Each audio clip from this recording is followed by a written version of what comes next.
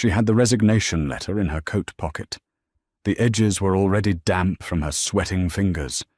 It was a simple piece of paper, but to Clara it was a desperate bid for her life. You don't just quit the Rossi family, and you certainly don't walk away carrying the heir to the city's most brutal syndicate. She thought she could slip away quietly. She was wrong. He locked the heavy oak door, his dark eyes falling to her trembling hands.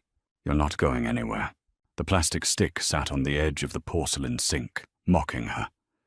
2 pink lines. Clara Hayes stared at it until her vision blurred. She didn't cry.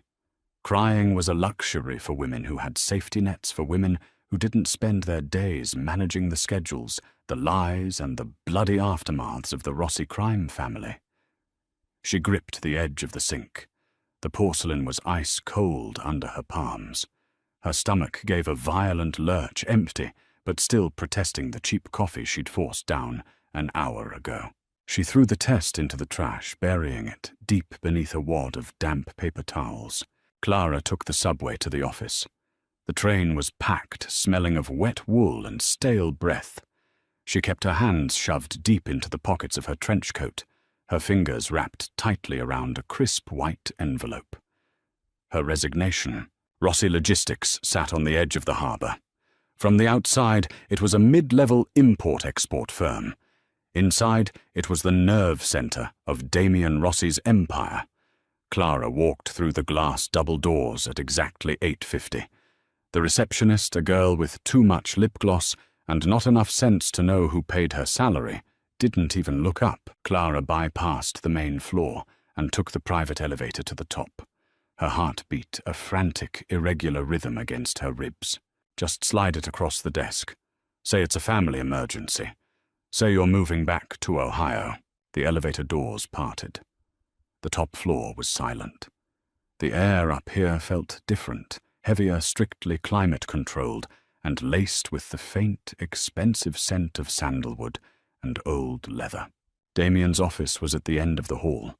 The door was open a fraction of an inch. Clara paused. She could hear the low, even cadence of his voice. He wasn't yelling. Damien rarely yelled. It was the quietness of his tone that usually preceded someone ending up in the back of an unmarked van. She pushed the door open. Damien stood by the floor-to-ceiling window, looking out over the grey, choppy waters of the harbour. He wore a charcoal suit that fit his broad shoulders with tailored precision. He was holding a phone to his ear. "I don't care about the Port Authority," Damien said. His voice was gravel and ice. "Tell the harbour master the shipment clears tonight, or I start making decisions about his pension." He ended the call, tossing the phone onto his massive mahogany desk without turning around. "You're late, Clara." "It's 8:55, she said, her voice remarkably steady. "You usually arrive at 8:45. He turned. Damien Rossi was a man carved from harsh angles.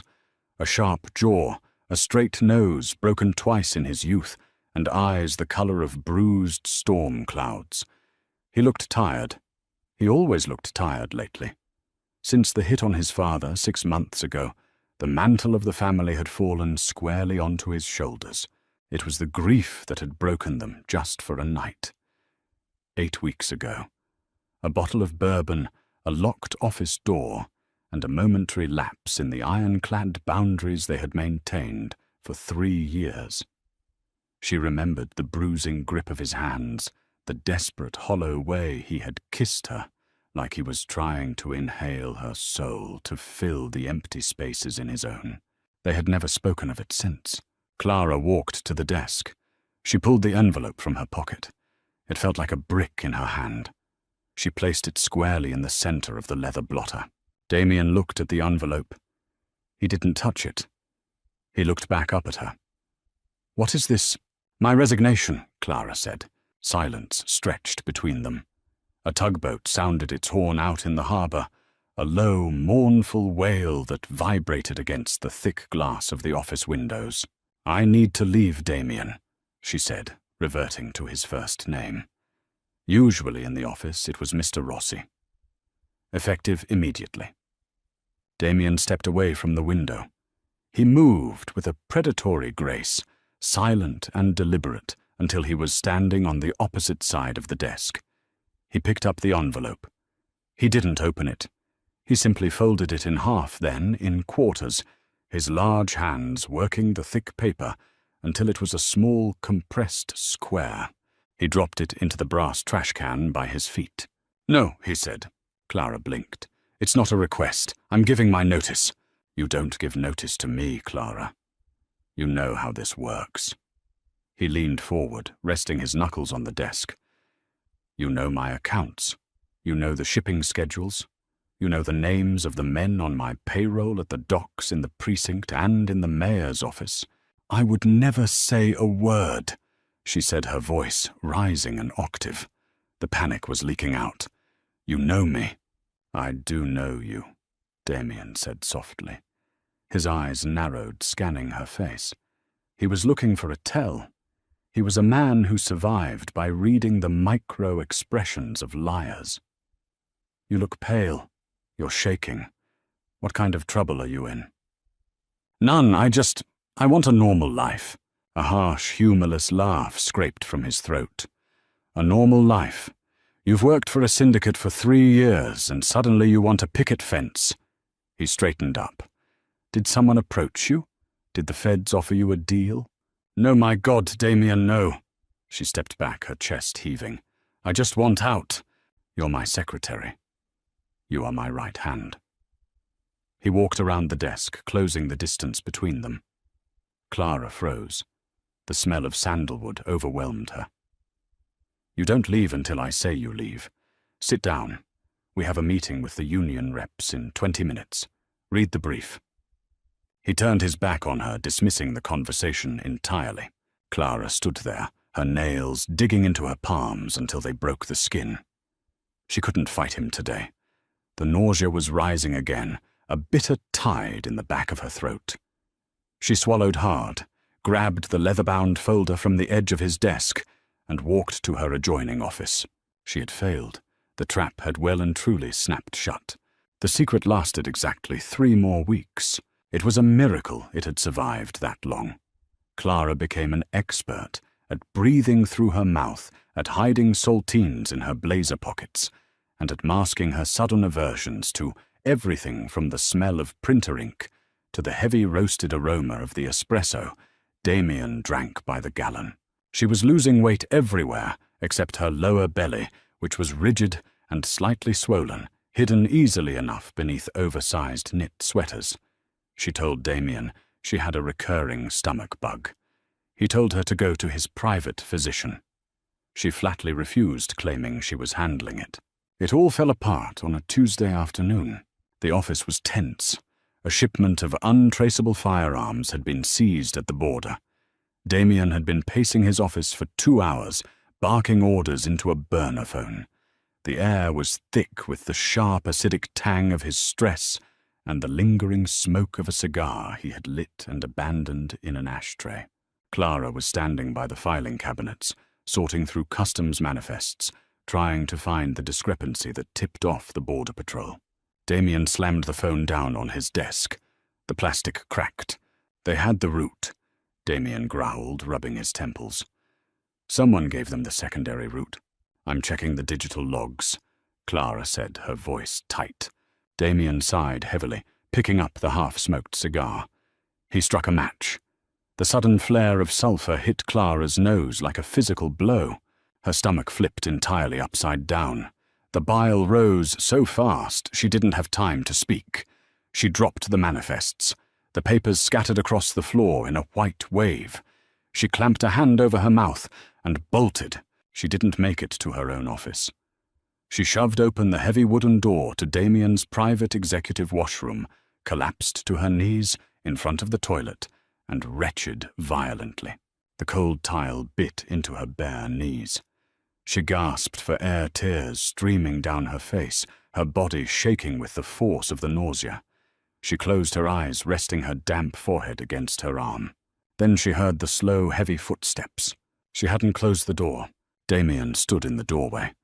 The anger from the phone call was gone, replaced by a cold, clinical stillness.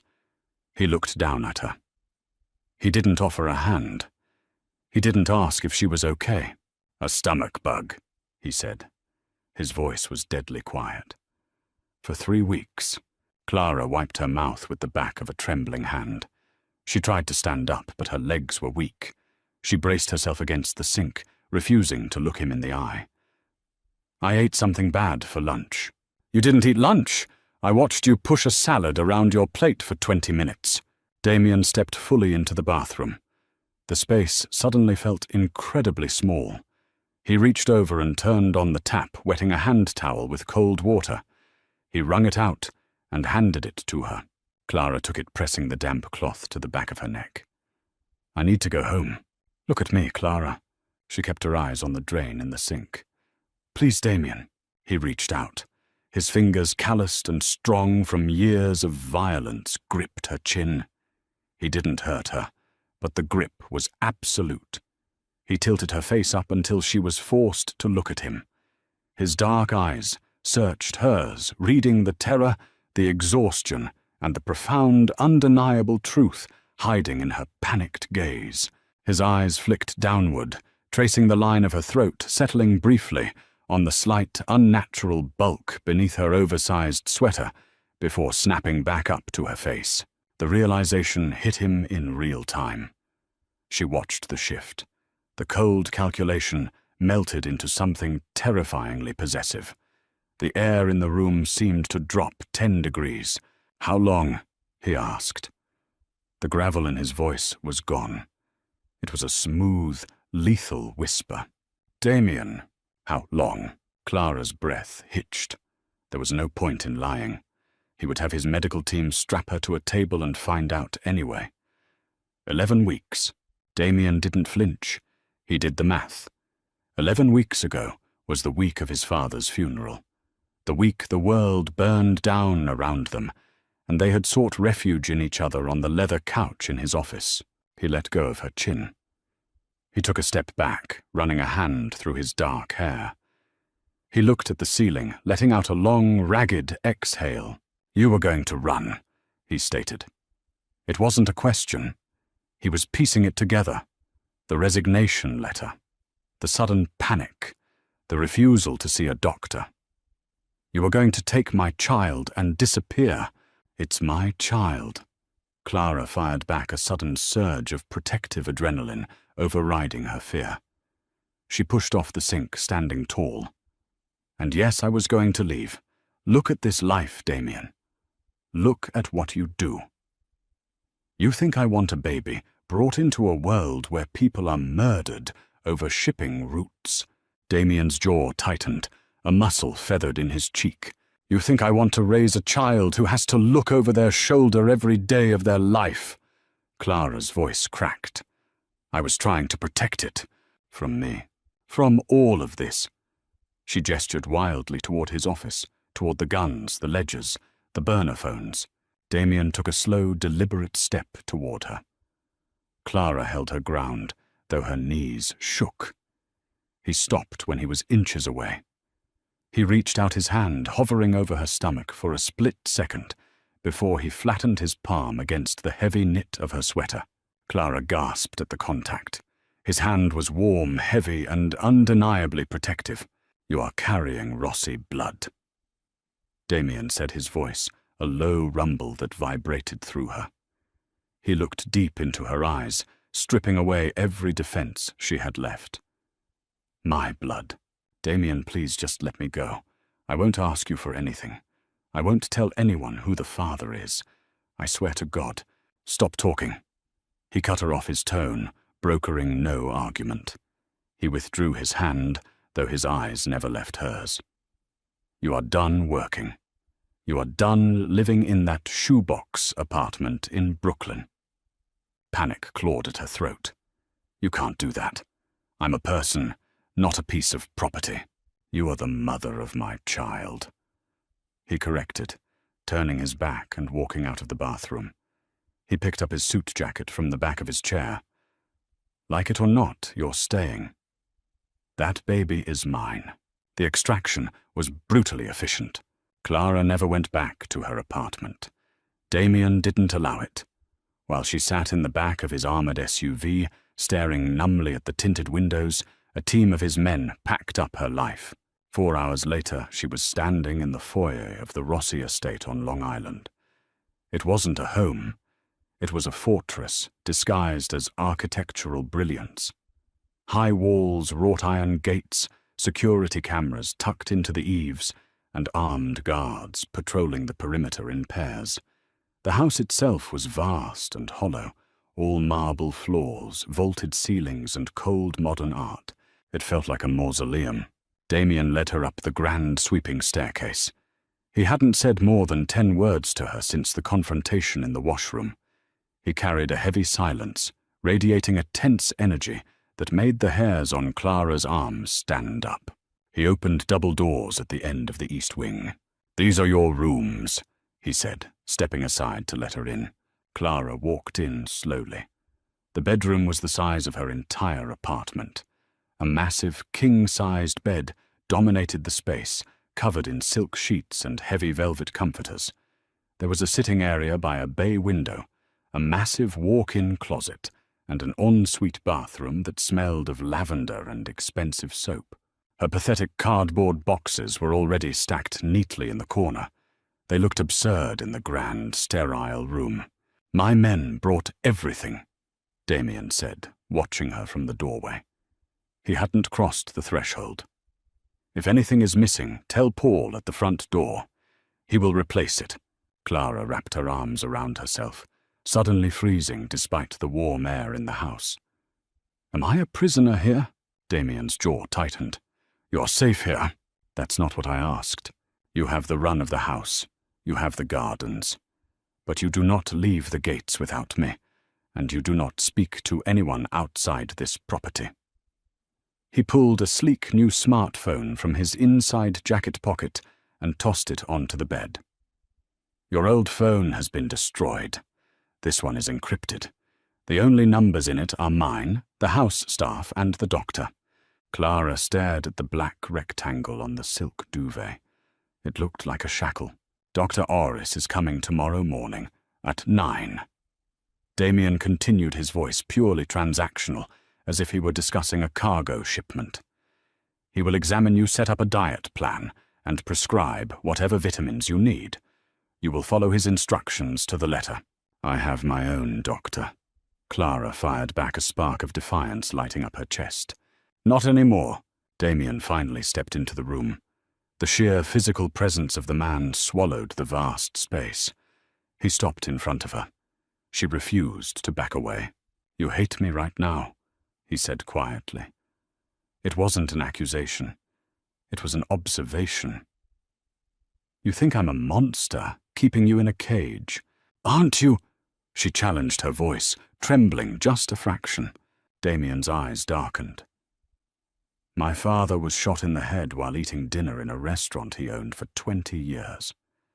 My enemies are constantly looking for a weakness, a lever to pull. If anyone found out you were carrying my child while living alone in a third-floor walk-up in Brooklyn..." He stopped, swallowing hard. The cold mask slipped just for a millimeter, revealing the terrified, exhausted man beneath. "They wouldn't just kill you, Clara. They would make it hurt, and they would make sure I watched." He reached out his thumb, gently brushing the side of her face. The touch was so painfully tender, it made her breath catch. "I am not keeping you here to punish you," he whispered. "I am keeping you here so you stay breathing." Before she could respond, he dropped his hand, turned on his heel, and walked out. The heavy double doors clicked shut behind him. The lock didn't turn, he didn't need to lock it. The fear he had just instilled in her was a better cage than any deadbolt. Clara was alone. She walked over to the bed and sat on the edge. The mattress yielded softly under her weight. She placed her hands over her stomach. The reality of it all was crashing down on her in heavy, suffocating waves. She was Clara Hayes, a girl from a dead-end town in Ohio, who had come to the city to be invisible. Now she was the most valuable asset to a crime syndicate, carrying the heir to an empire of blood and money. The next morning, the reality of her new life began. Dr. Aris was a man who asked no questions. He arrived with a portable ultrasound machine, set it up in her bedroom, and treated Clara with a deferential, terrifying politeness. Damien stood in the corner of the room the entire time. He didn't speak. He just watched his arms crossed over his chest, his eyes fixed on the small black and white monitor. When the rapid, rhythmic thump, thump, thump of the heartbeat filled the quiet room, Clara saw Damien's posture change. His shoulders stiffened. He took a half step forward, his eyes widening slightly as he stared at the screen. For a fleeting second, he wasn't the ruthless Don of the Rossi family. He was just a man hearing his child's heart for the first time. Dr. Aris packed up his equipment, left a litany of instructions and pale green pills, and bowed his way out of the room. Damien lingered. He walked over to the bedside table, picking up the printout of the ultrasound. A blurry grey peanut. He stared at it for a long time. "Eat the breakfast the chef prepared," he said, not looking at her. "You need to put on weight." "I'm fine," she muttered, pulling her shirt back down. Damien finally looked at her. "We will have dinner together at 7. Don't be late." It wasn't an invitation, it was a summons. As he left the room, Clara realized the horrifying truth of her situation. The physical walls of the estate were daunting, but the real danger was the man himself. He was weaving himself into her life, not just as a captor, but as the father of her child. He was going to force her to rely on him, to sit across from him at dinner, to let him dictate her care. She walked to the bay window and looked out. Below, a man with a rifle slung over his shoulder paced the manicured hedges. Clara touched the glass. It was thick, probably bulletproof. She was a bird in a gilded cage, and the man who held the key had absolutely no intention of ever letting her fly. Dinner at the Rossi estate was an exercise in psychological endurance. The dining room was a cavernous space, anchored by a dark oak table long enough to seat 20. Damien sat at the head. Clara sat immediately to his right. He refused to let her sit at the opposite end. He wanted her close enough to see, close enough to monitor how much she ate, close enough to ensure the cage was still holding. Week 4 of her captivity bled into week 5. The physical changes of her pregnancy were becoming undeniable. Her waistline had vanished, replaced by a firm, rounded curve that made her tailored clothes obsolete.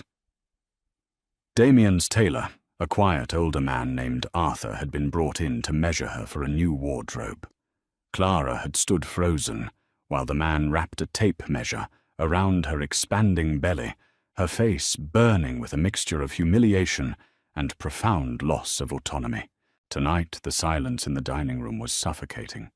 The only sounds were the clinking of heavy silver on bone china and the muffled ticking of a grandfather clock in the hall. Clara stared at her plate. Roasted pheasant root vegetables, a dark cherry reduction. It tasted like ash. "You need to eat the protein," Damien said. He didn't look up from his own meal. He was slicing his meat with surgical precision. "I'm not hungry.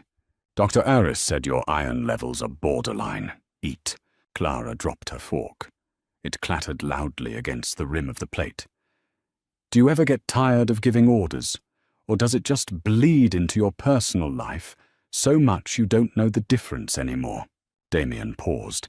He set his knife down, resting his forearms on the edge of the table. He turned his head slowly to look at her. The bruised cloud eyes were unreadable. "My personal life and my business are the same thing, Clara. You know this. I know that I am sitting in a prison." She shot back, the frustration boiling over. The hormones made her reckless. "I know that I haven't spoken to another human being who isn't on your payroll in over a month. I know that I am carrying a baby, and the only father it has is a man who solves his problems with a gun." She expected him to yell. She almost wanted him to. A burst of anger would be human. It would be something she could fight against. Instead, Damien picked up his wine glass. He swirled the dark red liquid, staring at the vortex it created. "Carter tells me you tried to walk out the front gates today." Clara's jaw tightened. Carter was the day shift guard, a wall of muscle who had gently but firmly blocked her path when she decided to test the perimeter that afternoon. "I wanted fresh air. You have 20 acres of gardens. I wanted air that didn't belong to you." Damien took a slow sip of his wine. He set the glass down and leaned toward her. The scent of sandalwood and something sharper, gun oil, perhaps drifted over the table. "Do you know what happened to the men who intercepted my shipment at the border last month?" he asked softly. Clara froze. The abrupt subject change felt like stepping off a curb in the dark.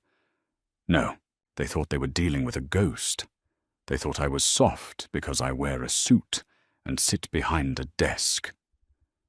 Damien said, his voice dropping to a conversational murmur that chilled her to the bone. "I found out who tipped them off. It was a lieutenant in a rival crew. I didn't send men to handle it. I went myself.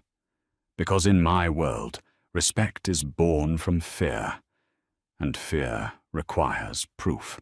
He reached out his long fingers, wrapping around her wrist. His grip was loose, but inescapable. "I am a violent man, Clara. I do not deny it. I do not apologize for it. It is the only reason I am alive, and it is the only reason you and that baby are currently breathing." His thumb brushed over her racing pulse. "Out there you are leverage. In here you are untouchable.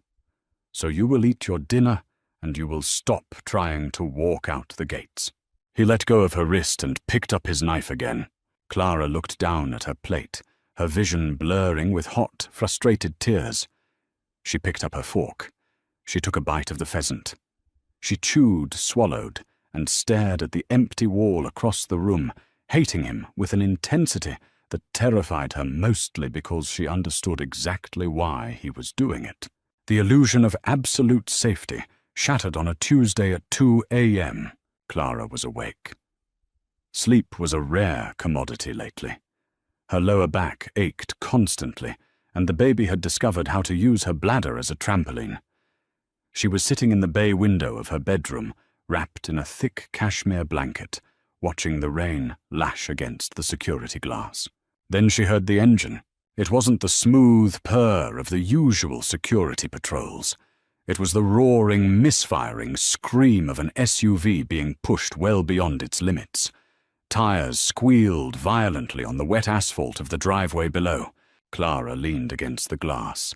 A black Escalade, its front bumper crumpled, and one headlight entirely gone, skidded to a halt in front of the grand entrance. The doors flew open. Carter and another guard she didn't know dragged a man out of the back seat. The man was practically dead weight, his arms slung over their shoulders. Even through the sheets of driving rain, Clara recognized the dark charcoal suit. Damien. Her heart slammed against her ribs. The breath left her lungs in a sharp rush.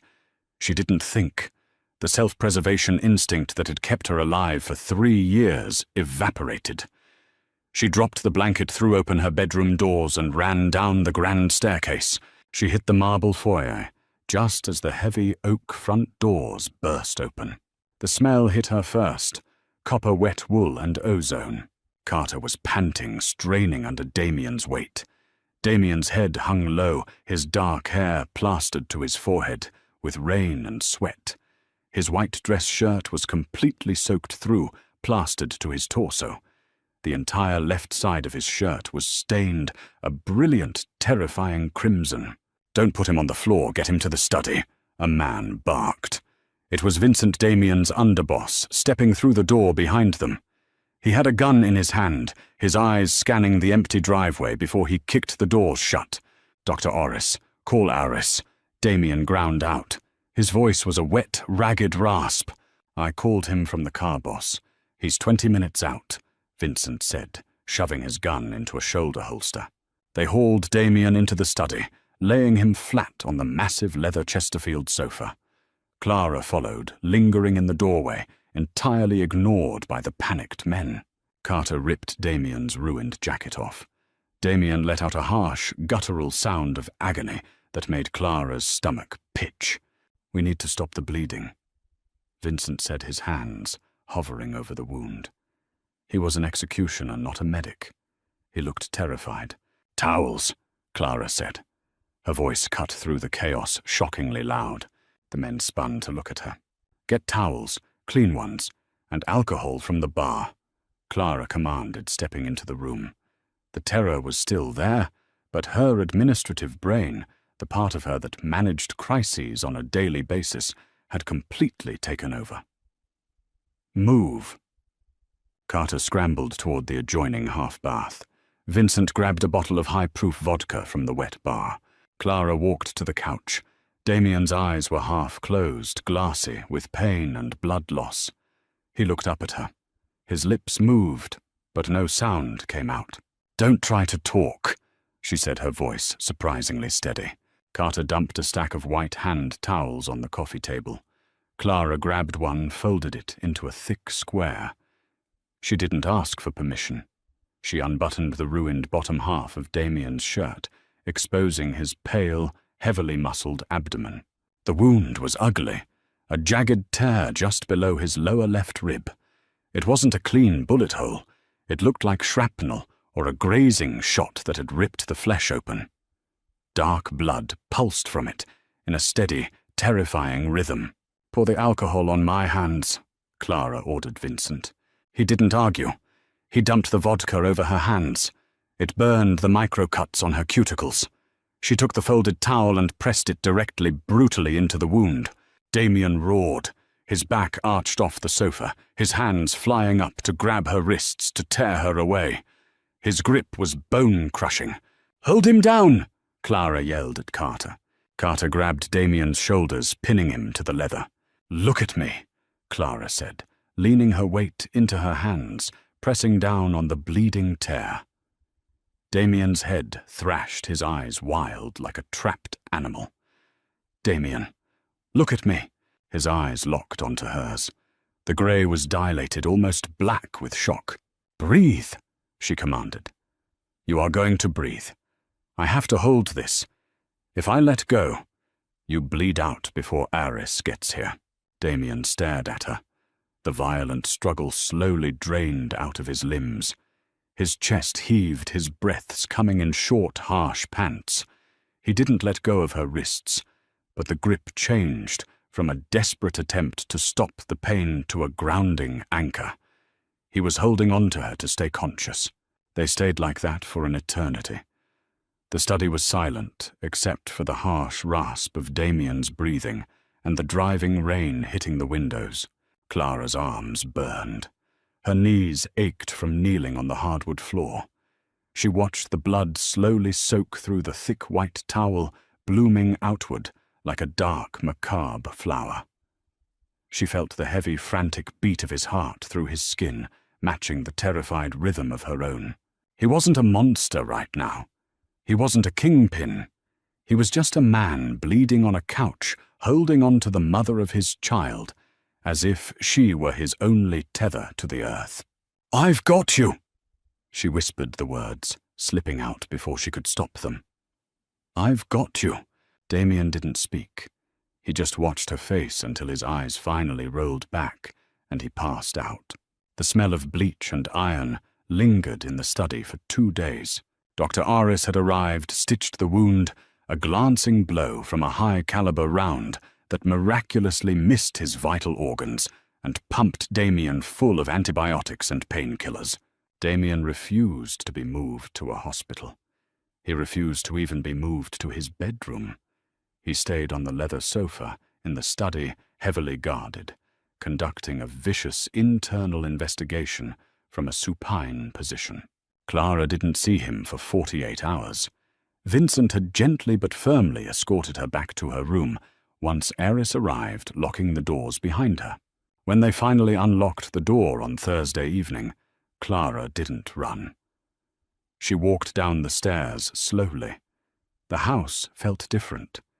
The invisible tension wire that always hummed in the air had snapped. In its place was a heavy, exhausted quiet.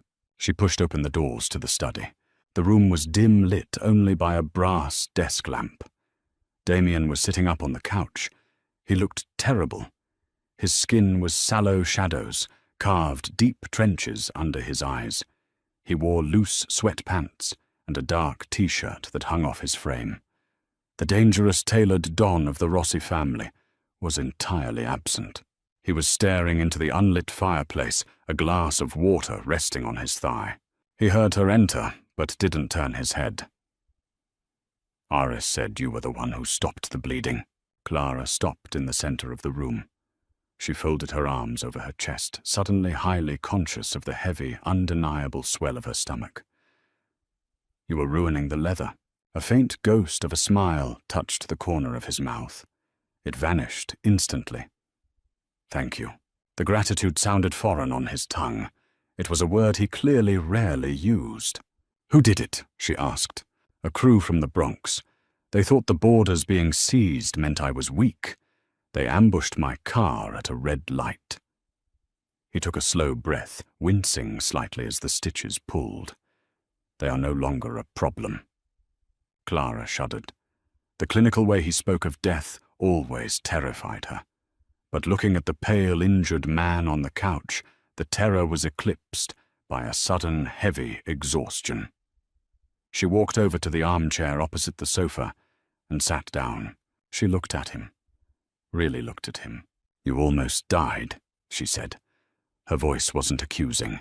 It was just a fact. Damien turned his head to look at her. The mask was completely gone. The coldness he used to intimidate the world was stripped away, leaving a stark, raw vulnerability that made Clara's breath catch. "I did," he admitted quietly. "And what happens to us if you do?" Clara asked. She uncrossed her arms, resting her hands on her stomach. The baby shifted a slow rolling movement that briefly distorted the fabric of her dress. "What happens to me and your child if someone puts a bullet an inch to the right?" Damien's eyes fell to her hands. He stared at her stomach for a long, agonizing minute. The silence stretched until it felt physically heavy. "Vincent has orders," Damien finally said, his voice dropping to a gravelly whisper. "If I fall, you are taken to a private airstrip. I have a house in Switzerland. Untraceable. Accounts in your name. New passports. You will vanish, and the Rossi name dies with me." Clara stared at him. "You planned all that?" "The day after I found out you were pregnant." He slowly pushed himself forward, groaning as he sat on the edge of the sofa. He leaned forward, resting his elbows on his knees, his hands clasped together. He looked at the floor between his bare feet. "When my father was killed," Damien started his voice, barely audible over the hum of the air conditioning. "I was standing right next to him. The blood sprayed across my face. I had been in this life since I was born. I knew the risks. But in that moment, I realized the ultimate cruelty of this world." He looked up at her. His eyes were bright-rimmed with a profound, unspoken grief. "The cruelty isn't the violence, Clara. It's that you cannot love anything without painting a target on its back." He swallowed hard. "I locked you in this house because I thought I could control the variables. I thought if I put enough guns around you, enough walls, you would be safe." "Damien." "But lying on that asphalt," he continued, cutting her off, his voice rising in intensity, "bleeding out in the rain. The only thing I could think about was that I was leaving my child to be hunted." He slowly stood up. He walked across the short distance between them. He moved stiffly, every step a calculated effort against the pain. He stopped in front of her armchair. He didn't tower over her. He slowly, painfully lowered himself onto one knee. Clara gasped, reaching out instinctively to stop him, but he waved her off. He knelt in front of her. The fearsome mafia boss brought entirely low. He reached out. His hands hovered over her swollen stomach, just like they had in the office bathroom weeks ago. This time he didn't flatten his palm. He laid both hands gently, reverently against her. Clara didn't flinch away. She couldn't. Underneath his right palm, the baby kicked. A sharp, distinct thump against the wall of her stomach. Damien gasped. It was a sharp intake of air, followed by a look of absolute, shattered wonder. He looked up at Clara, his eyes wide. "Did you?" he whispered. "He's been active all day," Clara said softly, a small, genuine smile pulling at her lips, despite the heaviness of the room. I think the stress woke him up. Damien didn't move his hands. He just stayed there, kneeling on the rug, feeling the life moving beneath his palms. The absolute possessiveness that had defined their relationship up to this point melted away, replaced by a quiet, shared reverence. "I will not let them touch you," Damien vowed, his voice thick with emotion. It wasn't an order this time. It was a promise sworn on the very blood he bled. "I will burn this entire city to the bedrock before I let anyone near you." Clara looked down at the man who had imprisoned her, the man who killed without remorse, the man who was currently resting his cheek against her knee, listening to the heartbeat of their child. She realized with a terrifying clarity that the cage hadn't just locked her in. It had locked them both together. And God help her, she was no longer sure she wanted the door to open. The transition from prisoner to partner didn't happen overnight. It happened in increments of silence, shared meals, and a mutual unspoken understanding that the world outside the wrought iron gates was waiting for them to fail. By the end of her second trimester, Clara's body felt like it belonged to a stranger. The child was relentless, kicking against her ribs with a bruising frequency that left her breathless. But as her physical mobility decreased, her mental restlessness sharpened into a razor edge. She was done pacing the manicured gardens. She was done waiting for Damien to come home, smelling of cordite and cold air, refusing to tell her how close the wolves were getting. On a Tuesday evening in November, Clara walked into the study. Damien was behind his massive desk, bathed in the harsh white glow of his laptop screen. A tumbler of amber liquid sat untouched at his elbow. He looked up as the heavy doors clicked shut. "You should be in bed," he said. His voice was a low rumble, stripped of the sharp edges he used on his men. Clara walked across the Persian rug. She didn't stop at the guest chairs. She walked around the desk and stood beside him. "Move over," Damien frowned, leaning back in his leather chair. "Clara, I'm working. I know. The Sullivan crew from Hell's Kitchen is absorbing the territory we left exposed when the Bronx Syndicate dissolved." She stated it as a matter of absolute fact, resting her hand on her swollen hip. "You've been bleeding cash through the shipping ports for 3 weeks because Sullivan's men are paying off the dock workers we neglected to give holiday bonuses to." Damien's eyes narrowed. The stillness came over him, the predatory quiet that usually preceded violence. "How do you know about Sullivan?" "Vincent left the quarterly projections on the dining table yesterday," she said, entirely unfazed by his glare. "He's a good underboss, Damien. He's a terrible accountant. He completely missed the pattern." She reached down, tapped a few keys on his laptop, and pulled up a blank spreadsheet.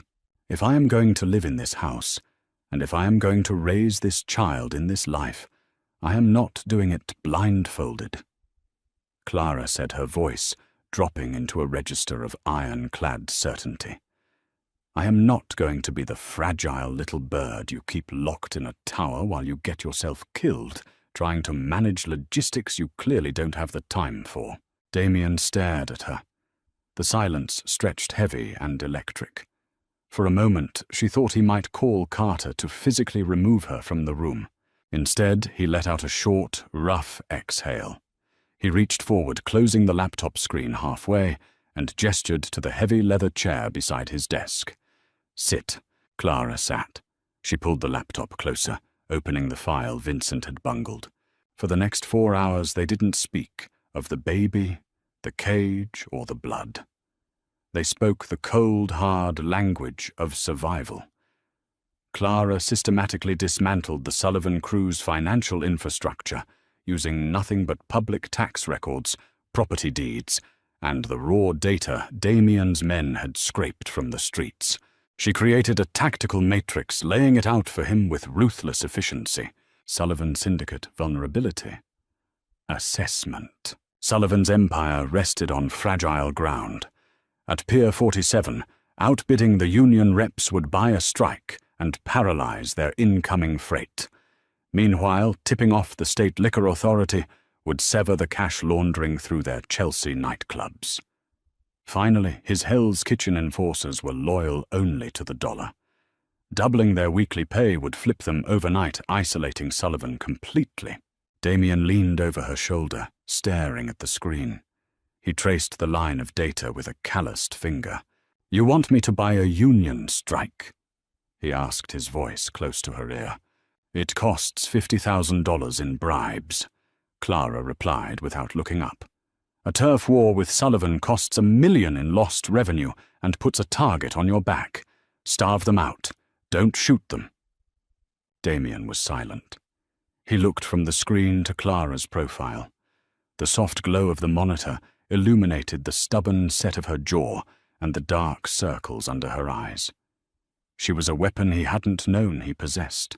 "You are ruthless," he murmured. There was a profound, undeniable respect in his tone. "I am pregnant," Clara corrected, turning her head to meet his gaze. Their faces were inches apart. "I am making sure the man who protects my child doesn't take a bullet because he was too arrogant to do the math." Damien didn't pull away. He reached up his thumb, tracing the sharp line of her cheekbone. "They wouldn't just kill me, Clara. If Sullivan realizes who gave me this strategy, they don't know I exist. Keep it that way." She turned back to the screen. But the shift had occurred. The invisible wall between captor and captive dissolved, replaced by something far more dangerous. They were no longer just sharing a house. They were building an empire, brick by bloody brick, with Clara firmly at the mortar. Winter arrived on Long Island with a vicious, howling gale. By mid-January, the estate was blanketed in 2 feet of snow. The grey skies mirrored the heavy, suffocating anticipation inside the house. Clara was 38 weeks pregnant. Her body felt like a lead weight, her joints aching with every step. Dr. Orris had essentially moved into the guest wing, citing the unpredictable weather and the high stakes of her delivery. It happened on a Friday. The storm had knocked out the main power lines to the county. The estate's backup generators had kicked in, flawlessly casting the house in a steady, humming artificial light. Damien was in the city, meeting with the union bosses to finalize the strike Clara had orchestrated. He was supposed to be back by noon. It was 4:00 p.m. Clara was in the library staring out the frost-covered window, a heavy wool shawl wrapped tightly around her shoulders. The silence of the snow was absolute. Then the lights died. The heavy mechanical hum of the generators sputtered, choked, and went entirely silent. Clara froze. The backup system was entirely self-contained. It ran on diesel tanks buried beneath a foot of concrete. It didn't fail unless someone made it fail. Security Protocol Alpha 1. In the event of catastrophic power failure and severed communications, all high-value targets are to proceed immediately to the subterranean panic room. Do not wait for escort. Do not open doors for anyone without the vocal countersign. The protocol drilled into her by Vincent for the last 3 months flashed behind her eyes. She turned away from the window. The house was pitch black, swallowed by the early winter dusk. A sharp, deafening crack shattered the silence. It came from the front gates. Gunfire, panic sharp and metallic, tasted like blood in the back of her throat. Clara moved. She gripped the edge of the heavy oak bookshelves, navigating the dark library by touch. She reached the hallway. "Carter!" she screamed. Nothing. No heavy footsteps. No radio chatter. Another burst of gunfire, closer this time. Automatic weapons. The heavy thud of a breaching charge echoed through the floorboards. They were at the front doors. A sharp, tearing pain ripped across Clara's lower abdomen. It was so intense it dropped her to her knees. She gasped, grabbing the banister of the grand staircase, her knuckles turning white. Not now. Please God, not now. The contraction held her in a vice for 40 excruciating seconds before slowly receding, leaving her trembling and slick with cold sweat. She forced herself to stand. The panic room was beneath the kitchen 3 long hallways away. She heard the front door splinter and give way. Heavy boots hit the marble of the foyer. Sweep the ground floor. A rough, unfamiliar voice barked. Find the woman. Sullivan wants her alive. Clara's blood ran cold. Sullivan. The strike had worked too well. He was cornered, desperate, and somehow he had found out about her. Someone had sold them out. Clara kicked off her slippers. She moved down the secondary servants' corridor in bare feet, trusting the dark. She knew this house intimately now. She knew which floorboards creaked. She knew the exact distance from the library to the kitchen. She pressed her back against the cold plaster wall, inching toward the kitchen door. The beam of a tactical flashlight swept across the intersecting hallway, slicing through the darkness. Clara held her breath, pressing a hand over her mouth. The baby kicked violently, as if sensing the adrenaline flooding her system. The footsteps passed. She slipped into the kitchen. The entrance to the safe room was hidden behind a false pantry wall. She reached the keypad, her fingers shaking violently as she punched in the 6-digit code. The mechanical lock disengaged with a heavy, satisfying clunk. She pulled the heavy steel door open, slipped inside, and hauled it shut. She spun the internal locking wheel. The heavy steel bolts drove into the reinforced concrete frame. She was sealed in.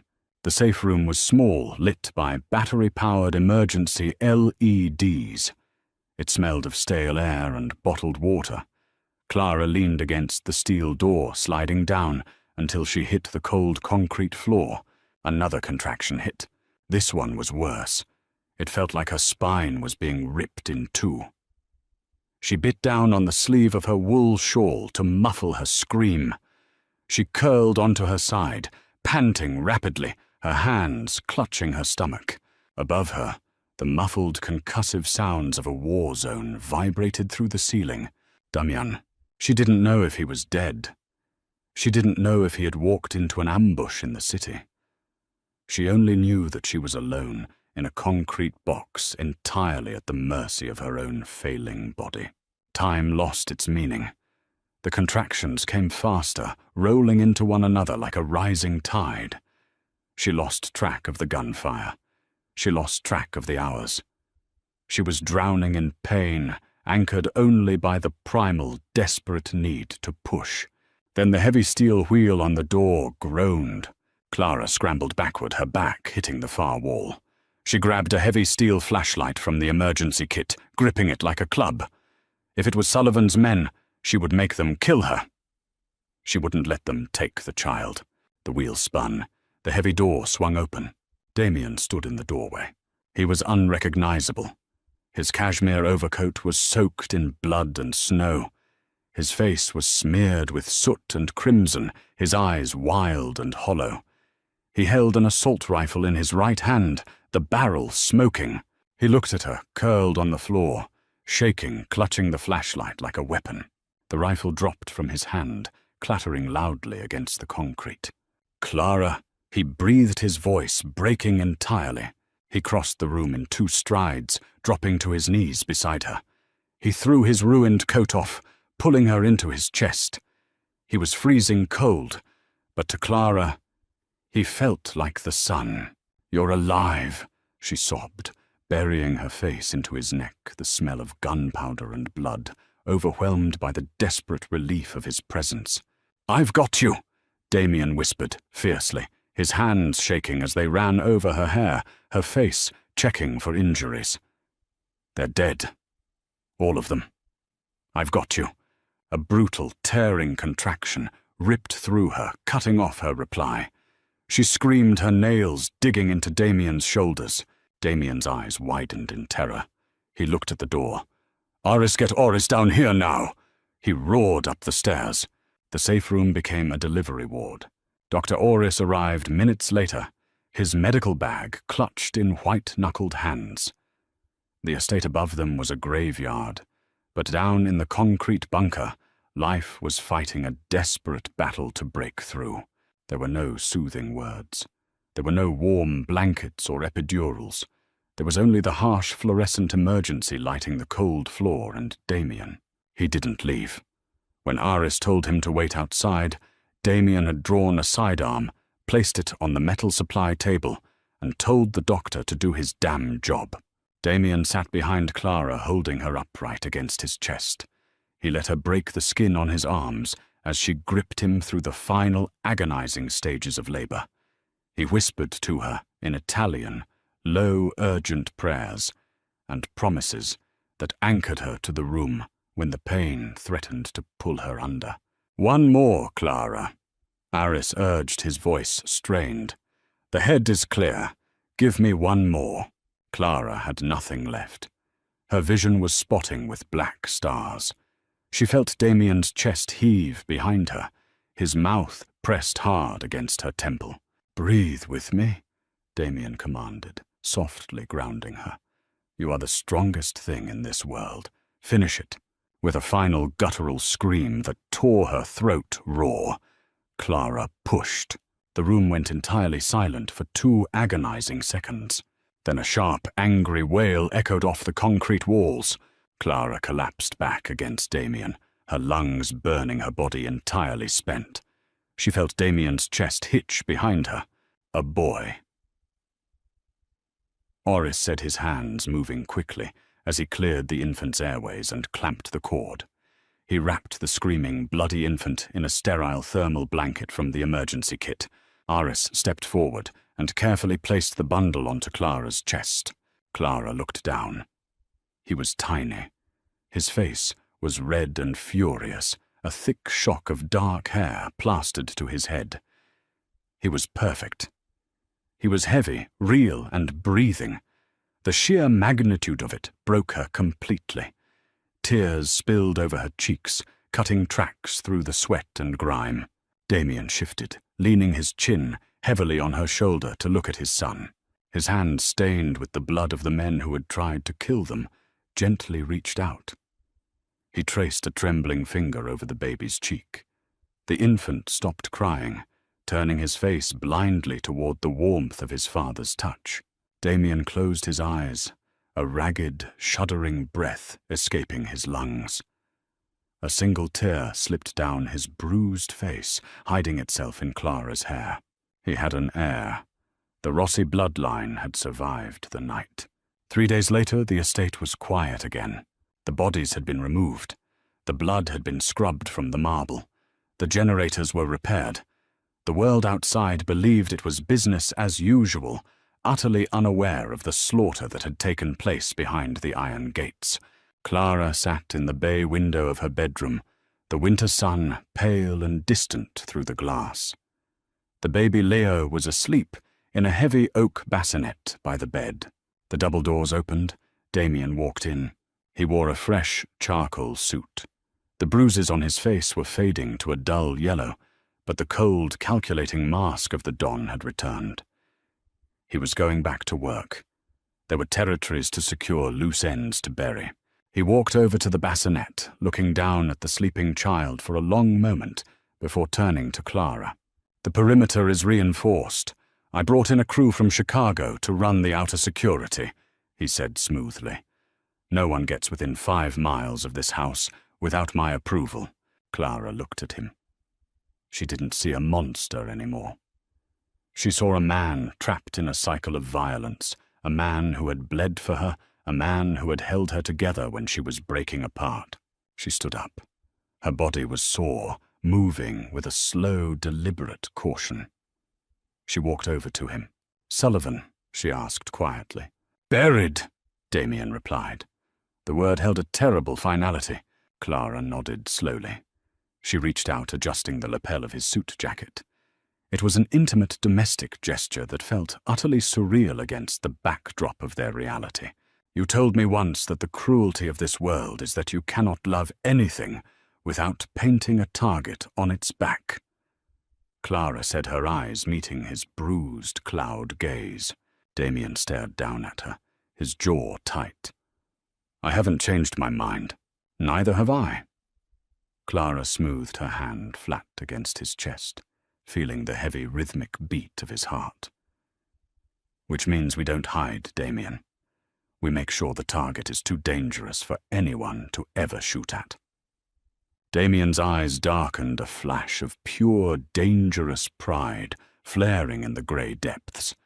He reached up his large hand, wrapping around the back of her neck, pulling her in. He kissed her. It wasn't the desperate, hollow kiss from the night they created their son, nor was it the forceful claim of a captor. It was heavy, deliberate, and entirely mutual, a pact sealed in survival. He pulled back just enough to look into her eyes. You are staying, he whispered, the echo of his order from months ago returning. But this time, the context had fundamentally shifted. Clara looked at the man who commanded a violent empire, then at the son sleeping peacefully in the shadows of that very same empire. She realized the cage doors had been blown wide open during the raid, and she hadn't run. She had no intention of ever running again. Like it or not, Damien. Clara murmured, a cynically small smile playing on her lips. You couldn't get rid of me if you tried. If you felt the tension, the fear, and the undeniable chemistry in this story, hit that like button.